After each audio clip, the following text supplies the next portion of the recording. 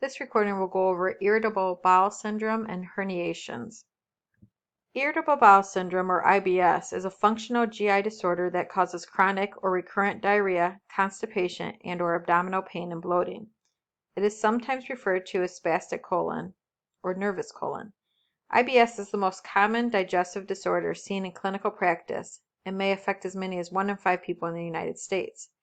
In patients with IBS, bowel motility changes, and increases or decreases bowel transit times result in changes in normal bowel elimination pattern to one of the following classifications. It could be IBS-D, which is with diarrhea, IBS-C, which is with constipation, IBS-A, which is alternating diarrhea and constipation, or IBS-M, which is a mix of diarrhea and constipation.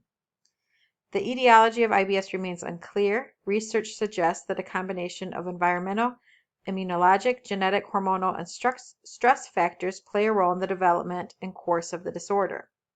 Examples of environmental factors include foods and fluids such as caffeinated or carbonated beverages and dairy products. Infectious agents have also been identified. Women are 2 times more likely to have IBS than are men. This difference may be the result of hormonal differences. Considerable evidence relates the role of stress in mental or behavioral illnesses, especially anxiety and depression, to IBS. Many patients diagnosed with IBS meet the criteria for at least one primary mental health disorder. In regards to assessment, ask the patient about a history of weight change, fatigue, malaise, abdominal pain, changes in bowel pattern, or consistency of stools, and the passage of mucus. Patients with IBS do not usually lose weight, so their weight remains stable. Ask whether the patient has had any GI infections. Collect information on all drugs the patient is taking. Ask about a nutrition history, including the use of caffeinated drinks or beverages sweetened with sorbitol or fructose, which can cause bloating and diarrhea. Most patients can identify factors that cause exacerbation, such as diet, stress, or anxiety. Food intolerance may be associated with IBS. Dairy products, raw fruits, and grains can contribute to bloating, flatulence, and abdominal distension. Patients may keep a food diary to record possible triggers for IBS. One of the most common concerns of patients with IBS is pain in the left lower quadrant of the abdomen. Nausea may be associated with mealtime and defecation. Patients with IBS often report belching, gas, anorexia, and bloating. The patient generally appears well with stable weight, and nutritional and fluid status is within normal ranges. Routine lab values such as a CBC, serum albumin, ESR, and stools for occult blood remain the norm for IBS. Some healthcare providers request a hydrogen breath test or small bowel bacterial overgrowth breath test. When small intestinal bacterial overgrowth or a malabsorption of nutrients is present, an excess of hydrogen is produced. Some of this hydrogen is absorbed into the bloodstream and travels to the lungs where it is exhaled. Patients with IBS often exhale an increased amount of hydrogen. Teach the patient that he or she will be NPO, but they may have water, for at least 12 hours before the hydrogen breath test. At the beginning of the test, the patient blows into a hydrogen analyzer. Then, small amounts of test sugar are ingested depending on the purpose of the test, and additional breath samples are taken every 15 minutes for 1 to 5 hours. The patient with IBS is usually managed on an ambulatory care basis and learns self-management strategies.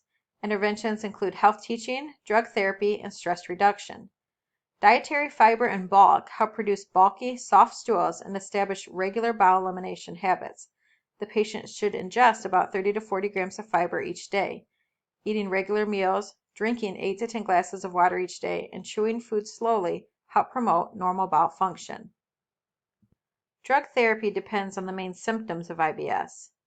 The healthcare provider may prescribe bulk-forming or anti-diarrheal agents and/or newer drugs to control the symptoms.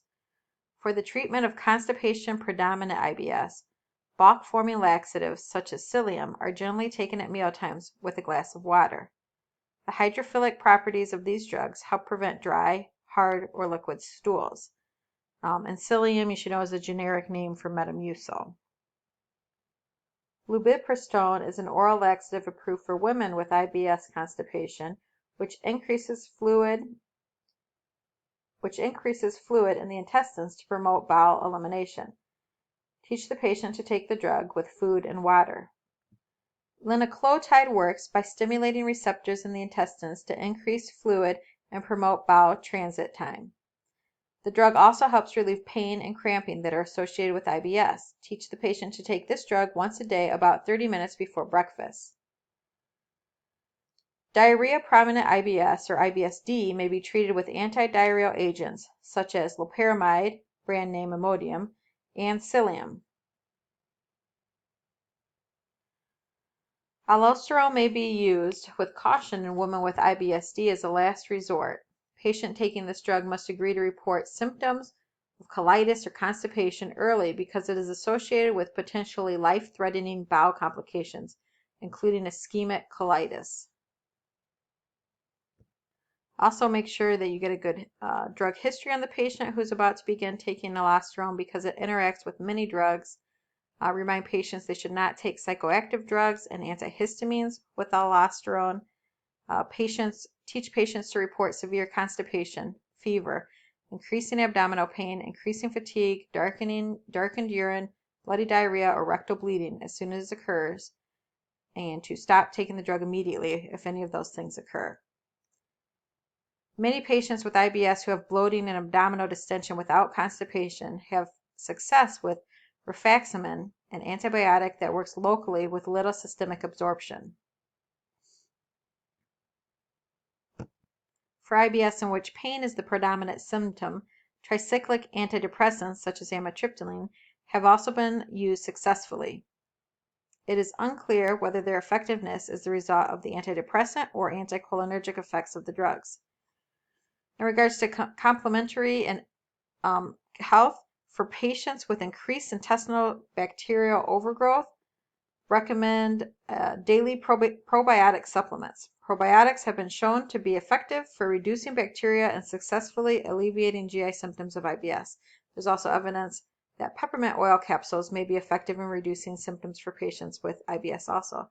Stress management is an important part of holistic care, suggests relaxation techniques, meditation, and or yoga to help the patient decrease GI symptoms.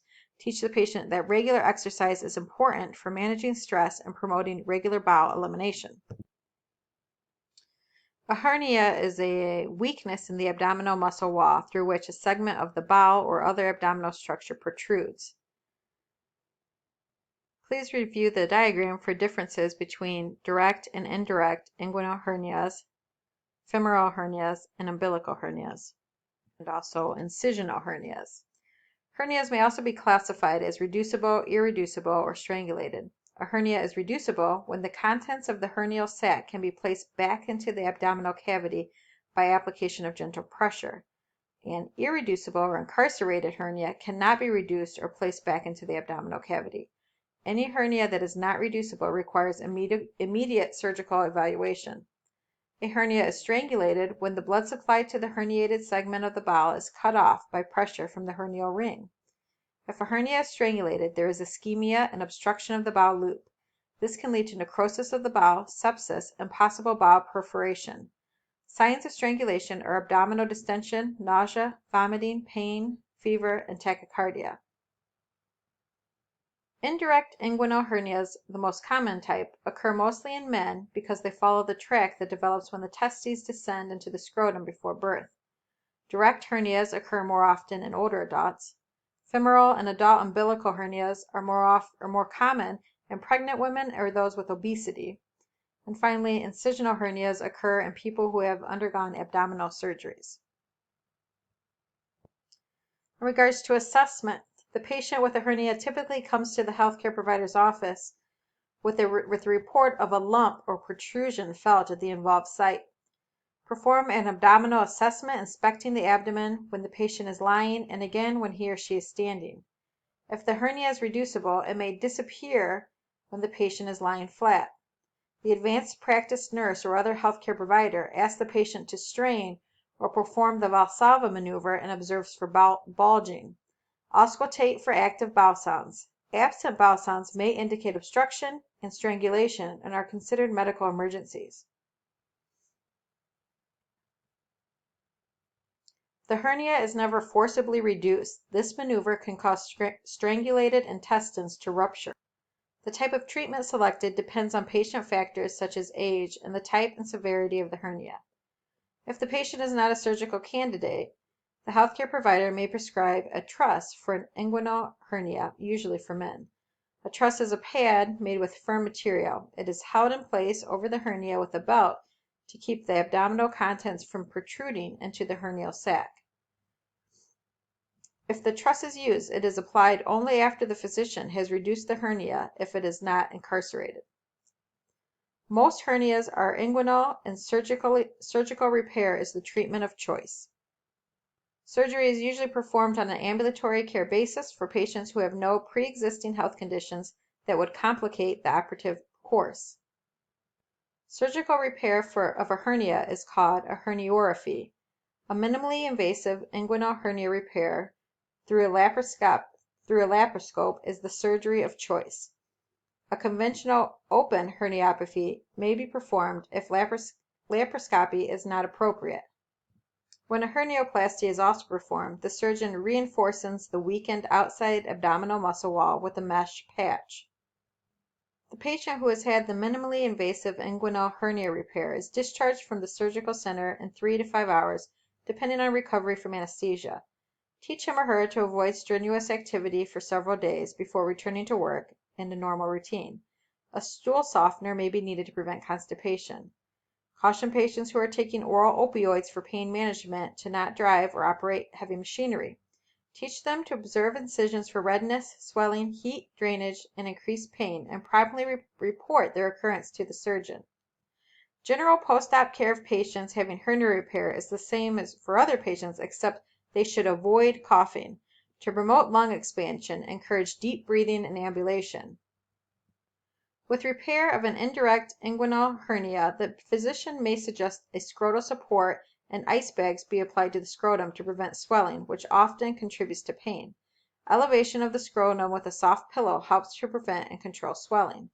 In the immediate post-op period, male patients who have had inguinal hernia repair may experience difficulty voiding.